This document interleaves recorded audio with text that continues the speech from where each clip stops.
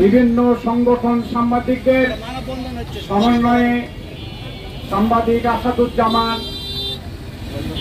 তুহিনের নির্মম হত্যাকাণ্ডের বিচারের দাবিতে আজকের এই মানববন্ধন। এই মানববন্ধনে বিভিন্ন সংগঠনের যে সাংবাদিক ভাইরা রয়েছেন, ইলেকট্রিক মিডিয়ার লোক রয়েছে এবং আমার প্রিয় রাজশাহীবাসী। প্রথমে একজন বক্তব্য রাখলেন, সাগররুনি প্রসঙ্গে তুলেছিলেন। কষ্ট লাগে। আমরা ৭১ মুক্তিযুদ্ধ করেছিলাম একটি মুক্ত স্বাধীন সার্বভৌম বাংলাদেশের জন্য। সেই স্বাধীন সার্বভৌম মুক্ত বাংলাদেশে যারা শাসক গোষ্ঠীটা হয়ে এসেছে তারাই কিন্তু প্রতিনিয়ত আমাদের উপর, শুধু সাংবাদিক ভাইয়ের না, সারা বাংলাদেশের নিরীহ মানুষের উপর নিষ্পেষণ নির্যাতন এরা অবিরাম গতিতে চলেছে। সাগররুনি তাদের প্রতিবাদী কণ্ঠ ছিল, কিন্তু সাগররুনিকে হত্যা করা হলো। আজকে ১২৭ না ৩০ বার তার ১০৩ বার তার এই যে কেস দেওয়া হচ্ছে, তদন্ত প্রতিবেদন জমা হচ্ছে না। কোন বাংলাদেশে আমরা বাস করছি? এই জন্য কি আমাদের ৩০ লক্ষ মা-বোন হত্যা করা হয়েছিল? এই জন্য কি আমাদের ৩ লক্ষের বেশি মা-বোনকে ইজ্জত দিতে হয়েছিল?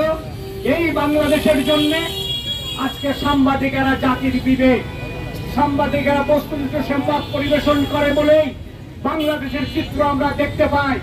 কিন্তু আজকে সেই সাংবাদিকের যেভাবে কাজী সাহেব বলল হত্যা করা হচ্ছে, সেটা অস্বাভাবিক। আগে মারা হতো, পিটন দেওয়া হতো এবং মুখ বন্ধ করার জন্য বিভিন্ন রকমের শাস্তি দেওয়া হতো সরকারের পক্ষ থেকে।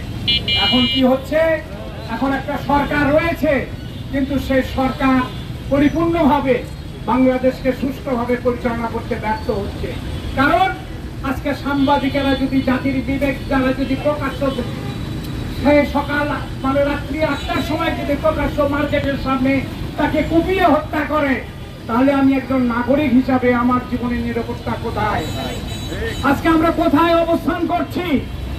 আজকের প্রতিবাদ করে বাংলাদেশের মানুষকে সহ সাংবাদিক ভাইরা একটা জাগরণ তৈরি করতে হবে, যে জাগরণের ভিত্তিতে আইনের শাসন কায়েম করতে হবে। আজকে পুলিশের সামনেও যদি আমাকে কেউ নির্যাতন করে, পুলিশ ভাইরা এগিয়ে আসে না। কি মম হচ্ছে, কি ভাষা! এই ভাষার জন্য কি আজকের এই স্বাধীনতা সংগ্রাম ছিল? আজকে এক সময় আজকে আমাদের গণতান্ত্রিক আন্দোলনের মধ্য দিয়ে বৈষম্য বিরোধী ছাত্র আন্দোলন যে অবস্থা তৈরি করেছিল, তারা ঘোষণা করেছিল বাংলাদেশে বৈষম্যকে বিতাড়িত করার জন্য স্বৈরাচারী শাসক গোষ্ঠীকে আমরা উৎখাত করেছি। আজকে তাহলে আমরা কোথায় আছি? আজকে কি বৈষম্য নিরসন হয়েছে?